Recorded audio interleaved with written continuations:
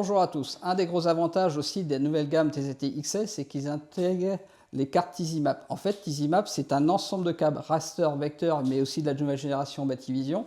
Donc typiquement, ici, vous avez la carte qui c'est raster, d'accord, donc une carte habituellement, voilà. Et vous avez aussi la carte vectorielle. La carte vectorielle, vous avez différentes gammes de types de cartes.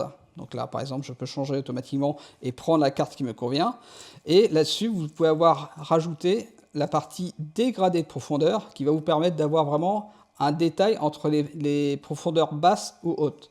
Là-dessus, vous allez pouvoir aussi rajouter le dégradé de terrain. Le dégradé de terrain, ça vous fait des ombrages. Donc là, on peut aussi le régler comme ça et on peut le mettre plus ou moins important. Donc là, il est très faible et là, j'augmente le dégradé de profondeur. Ce qui vous permet d'avoir des détails plus précis.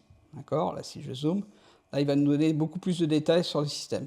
Maintenant, je vais vous présenter la fonction vraiment liée à la carte Bativision. Vous avez différents avantages. Déjà, ici, vous avez une image avec le dégradé de profondeur, mais vous avez la possibilité d'avoir plus ou moins de lignes de sonde. 5 niveaux de lignes de sonde. On va les voir augmenter. 3, 4, 5. Donc là, elles sont chargées. Par contre, ça me permet aussi de zoomer, par exemple, sur une tête de roche. Et là, j'ai vraiment un détail très précis de ma tête de roche. Voilà. Si je repars en arrière, je vais mettre un peu moins de lignes de bathymétrie. Je vais mettre 3, la moitié.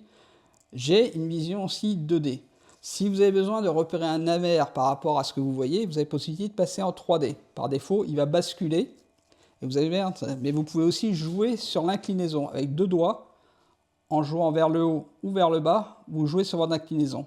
Et typiquement, là, vous allez pouvoir avoir la colline, et donc pouvoir repérer, par exemple, un sommet ou une particularité, un bâtiment que vous voyez à partir de large, et pouvoir vraiment vous servir comme un amer. Je vais un peu diminuer à nouveau le nombre de lignes de sonde. Et typiquement, là, vous allez zoomer, vous avez vraiment le relief qui apparaît par rapport à votre position en mer. Pareil, je reviens à la 2D si vous préférez, pas de souci.